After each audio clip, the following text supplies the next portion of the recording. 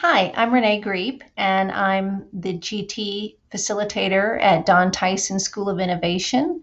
And I'm excited to share with you some resources that I have for integrating technology in art or artistic type of activities that can be used really in almost any classroom. So it doesn't have to be in an art room, it doesn't have to be with a STEM class or something like that. It could be incorporated into any discipline, especially if you're going to be doing any inquiry based learning or project based learning. This might be great, or these resources actually might be really good for making those presentations and giving it a little wow factor and engagement for a lot of students as far as their creativity.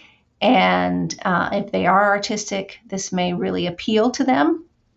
So I hope you enjoy this short presentation and all the resources that are available to you in this slide deck. If you'll notice, there is a QR code on this first slide. If you will scan that, or at the end, there's also a link you can use, and you can use this slide deck however you would like. There's lots of links on it that are active and current. So, and they have all the lessons on them and videos to explain how to do those different activities. So, I hope you enjoy it, and let's get started. Creativity is just so vital to our invention of new things, our innovation, design, in business, wherever you're going to be, you need to use your creativity. So, being able to use that creativity through technology and art is really powerful.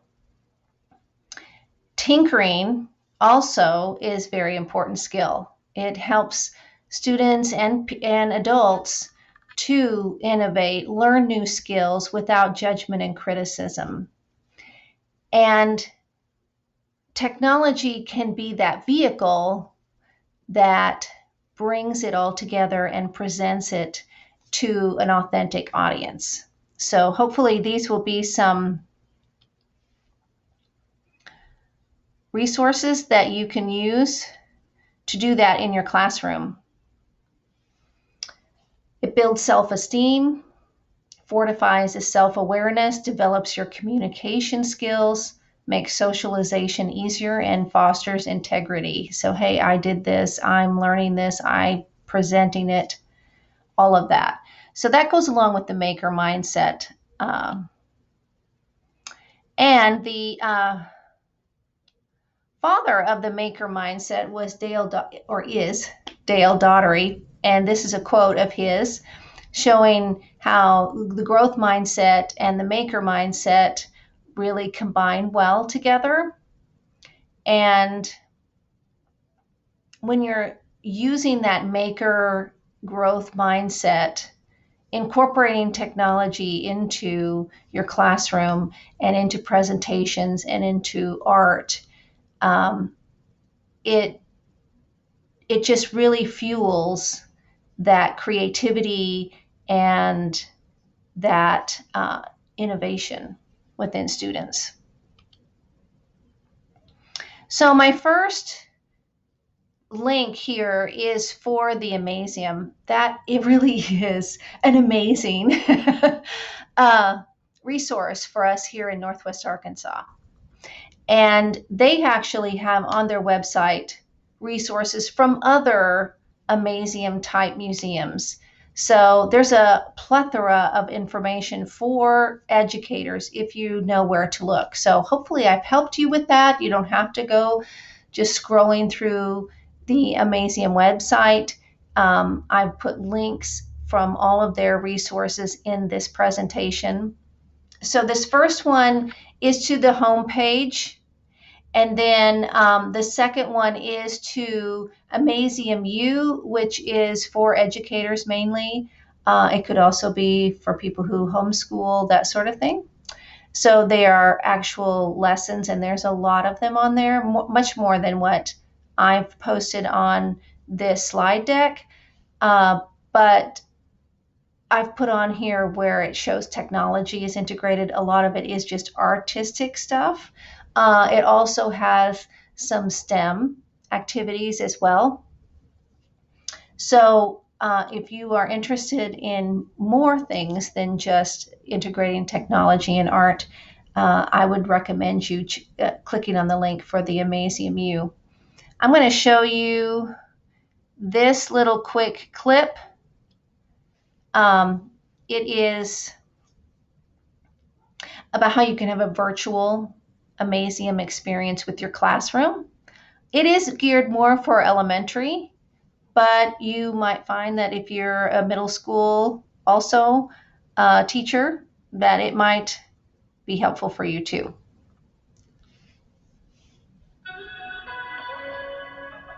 Bring the Amazium Unfield Trip experience to your in-person or virtual classroom through a Connect Virtual Unfield Trip. A Connect Unfield Trip is where you and your students can connect with the Amazium team through a video call using a virtual platform. My kids adored it. They loved it. They want to do field trips, but they know because of our situation that they can't. And so I think it was just so cool for them to have people that weren't me teaching them about stuff that they thought, I just have to learn this, but it's something like, oh my gosh, like I can use this. It gave them an opportunity to touch it and interact with it and have someone else tell them about it. I really loved how hands-on it was. Even though it was virtual, it was still, like, y'all were kind of still in the room, Before the Connect call, the Unfield Trip coordinator and educational partnership specialist will have a pre-call with you to sort out the details of the Connect Unfield Trip. The website was super friendly. I loved being able to see the outcomes, see the content, and then just be able to reach out to you guys very easily.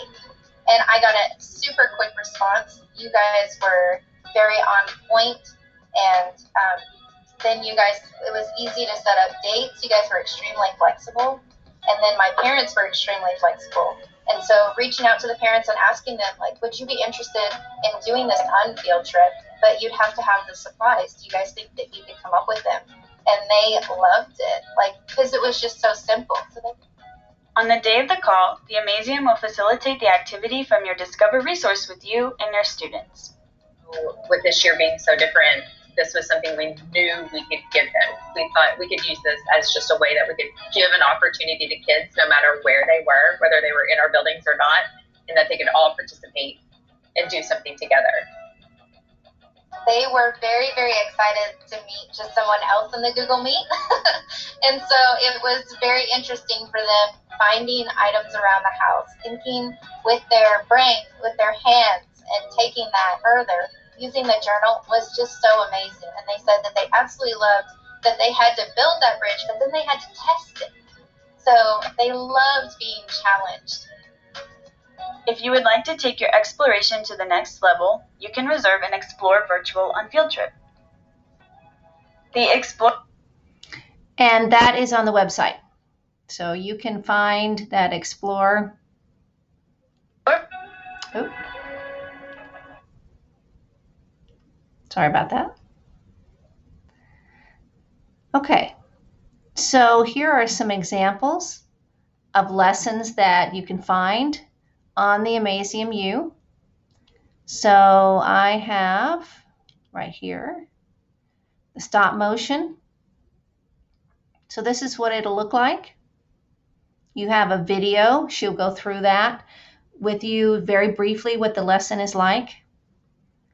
And then you will have your materials, your concepts, and then there's an instructional how to do that using your phone, websites, then additional ones like a flip book, a green screen, which I've got a link to that one as well.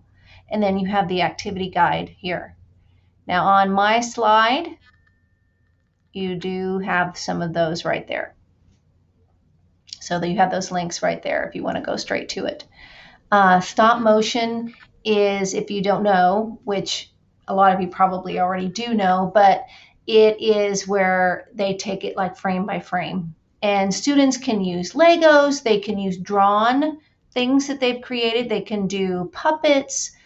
There's just so many different things that they can do. They could take pictures and, cut them out and create 3D like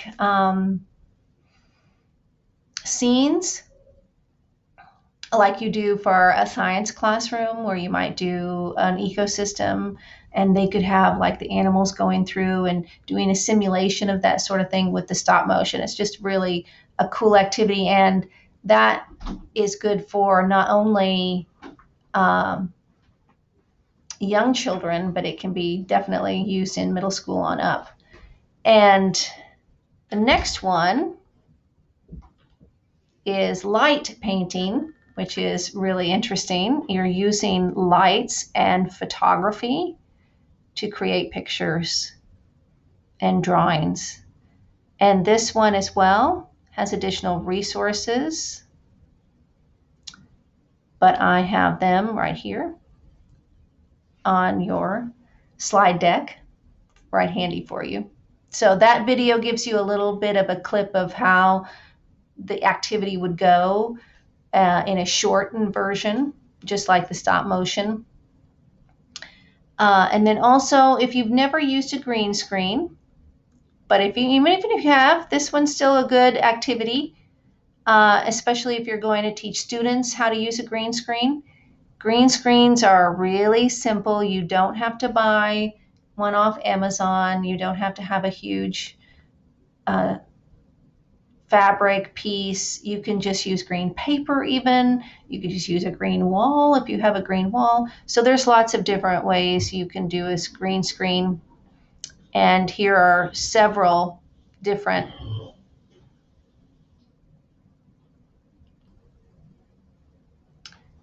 So for the next one,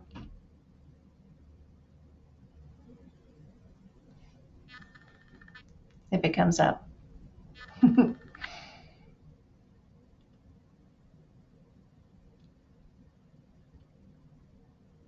Now this is using electricity, light, and motors. So this could be used in a science classroom, but it doesn't have to be. You have paper circuits. Now this link is to an actual lesson that you can print out. And it shows, this is copper tape, and it shows the materials here where you have a battery. I did this lesson just the other day, and it was very successful and very fun. And kids made like little ornaments that we taped to the circuit, and it had a little LED, and it lit up a part of their ornament, and we just had the whole class making this ornament.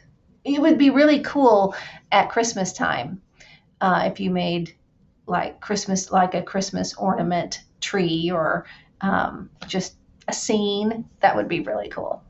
It'd be a fun project for them to learn a little bit about electricity, but also incorporate some artisticness and how artists use light and electricity. So that one's really cool. Scribble machines is they used recyclable items, and they put a little motor on it, and they put markers as its legs, and it is kind of an uneven spin of the motor that causes it to shake. And as it shakes, it scribbles around. It's a really cool way to learn about motors and how to build something that could create writing and do an action. So that's really cool. The Personal Pinhole Theater is an actual website. Let's see. And this is an interesting activity that could be used in social studies as well as in science, or even in literacy if you were doing, but it also talks about how the first camera kind of came into being. And it's really not technology, but it's how technology came about. So I just put that in there. I thought that was very cool. And you can use just simple things like a box and all of those materials right there to create your pinhole theater. Turtle art is actual coding, and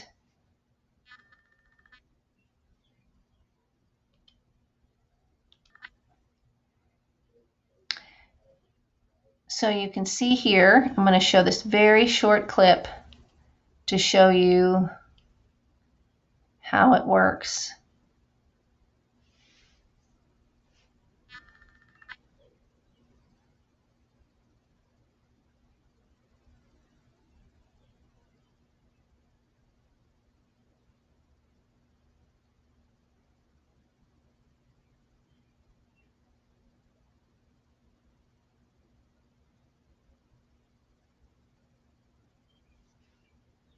So you can see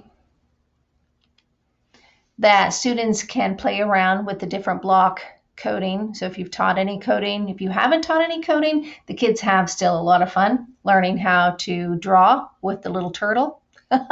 And, you know, middle schoolers even like this. It isn't something that is beyond them. So it's not just for young kids. And these are some different things that have to do with turtle coding.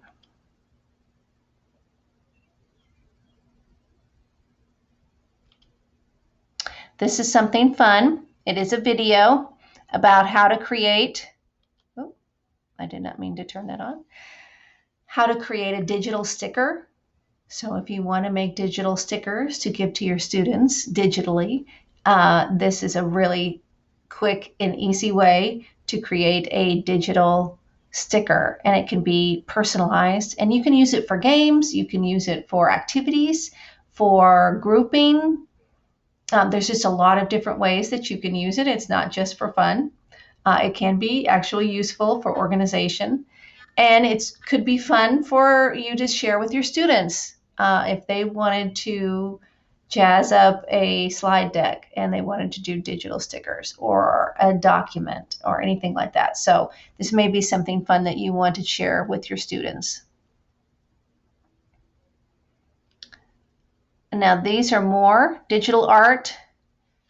If students are into Snapchat and have that, you can actually create a filter and apply it to Snapchat and for your community, your neighborhood, your area. And Snapchat can, through this process and through this website, approve their filter, and people in their community would use it. And actually, it's not tied to the students, so they're not violating any personal information or anything like that.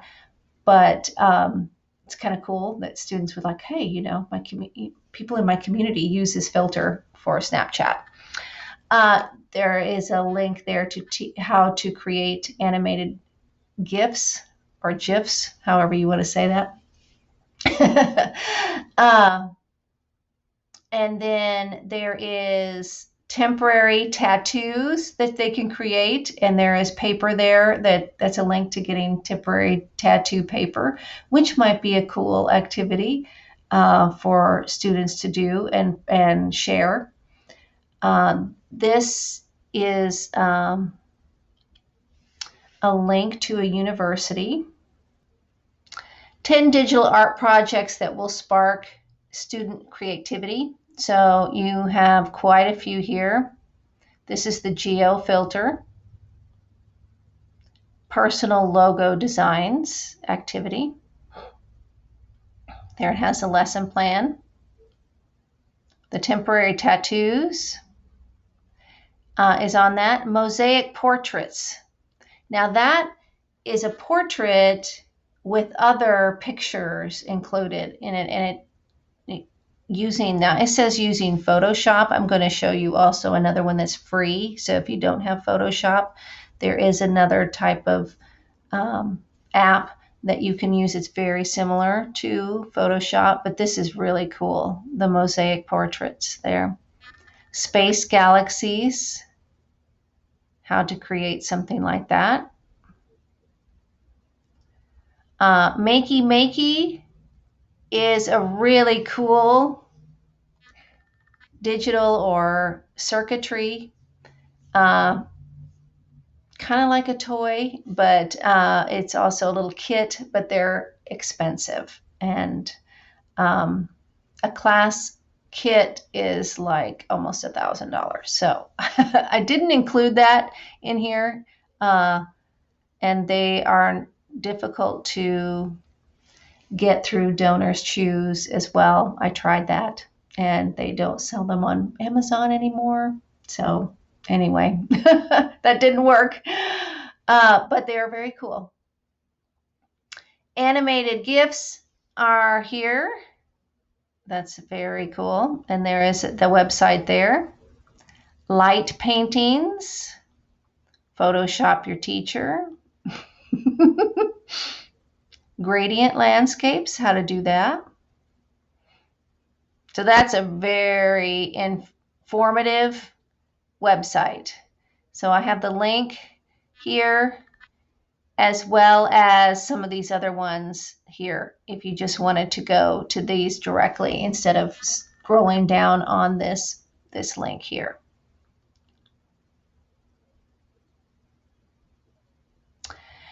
Now this one is the Federal Trade Commission. Who would know? But they have a really neat lesson plan for creating an advertisement, which would be great in lots of different disciplines that you could use this activity in. The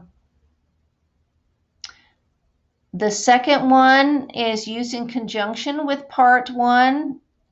There's a quiz and a pre-assessment activities that make this project very virtual friendly, like I put there. So a lot, I'm not going to put that out here, but you can click on these links and get all that information on how to do that. This would be a very interesting project. This one is an augmented reality composer. So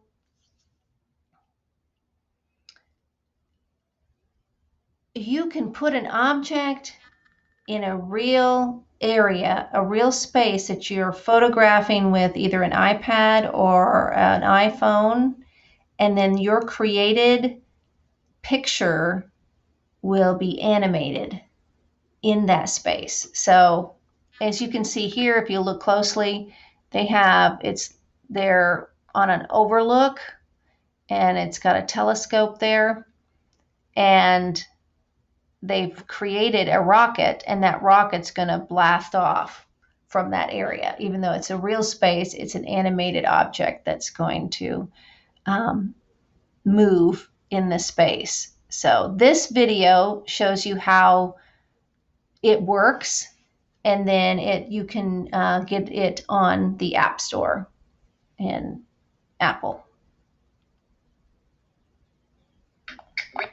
Reality Composer makes it easy for you to create and interact with augmented reality on your iPhone and iPad, blending virtual content with the world around you. In this video, we'll show you how to start a project. Choose. Okay, so it goes pretty detailed. So hopefully that was informative and helpful to you, and you've got some really good resources to use, and that you will think about this next year incorporating some art activities that are infused with technology. If you have any questions or anything, just email me here on this last slide, and I hope that it was very helpful for you, and thanks a lot for listening.